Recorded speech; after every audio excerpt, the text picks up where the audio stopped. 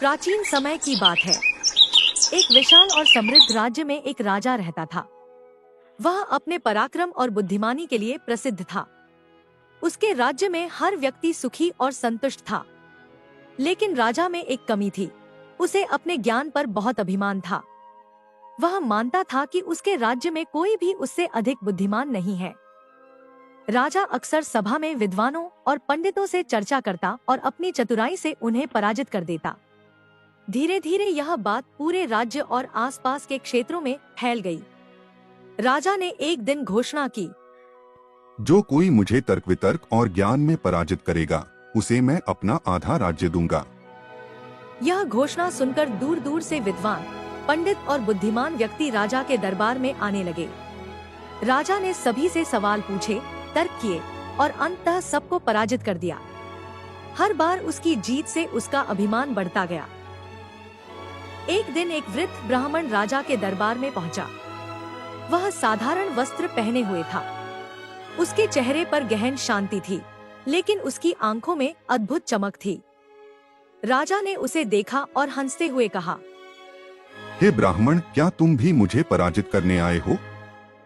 ब्राह्मण ने विनम्रता से उत्तर दिया, हे राजन, मैं आपसे तर्क वितर्क करने नहीं बल्कि कुछ प्रश्न पूछने आया हूँ। यदि आप मेरे प्रश्नों का सही उत्तर दे पाए तो मैं मान लूंगा कि आप ही सबसे ज्ञानी हैं। लेकिन यदि आप असफल हुए तो आपको अपना अहंकार त्याग कर सत्य का मार्ग अपनाना होगा। राजा को यह चुनौती स्वीकार थी। उसने कहा, पूछो अपने प्रश्न, मैं हर सवाल का उत्तर दूंगा।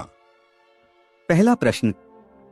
ब्राह्मण ने गंभीरता से पूछा, हे राजन, संसार में सबसे बड़ी सच्चाई क्या है? राजा ने बिना समय गंवाए उत्तर दिया, मृत्यु। सही उत्तर। मृत्यु ही वह सच्चाई है जिसे कोई नकार नहीं सकता। यह हर व्यक्ति के जीवन का अंतिम सत्य है। दूसरा प्रश्न, संसार में सबसे बड़ा छल क्या है? माया। बिल्कुल सही। माया यानी यह संसार ही सबसे बड़ा छल है।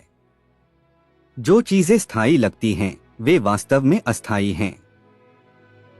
अब ब्राह्मण ने तीसरा और सबसे कठिन प्रश्न पूछा, राजन, बताइए, संसार में सबसे मूल्यवान चीज क्या है?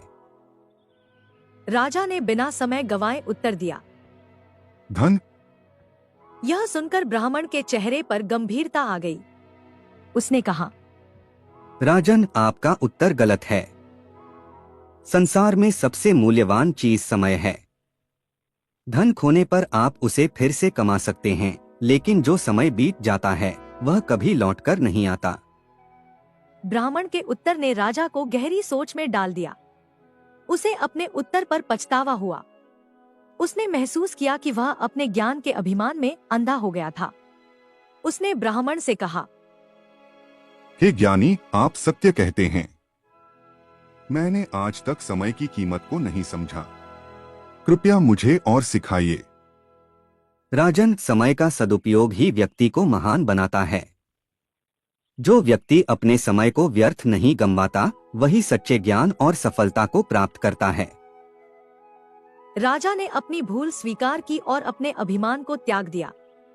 उसने ब्राह्मण को अपना गुरु बना लिया और उसे राज्य के सम्मानित विद्वान का पद दिया। अब राजा ने समय की महत्ता को समझकर अपनी प्रजा की भलाई में समय देना शुरू किया।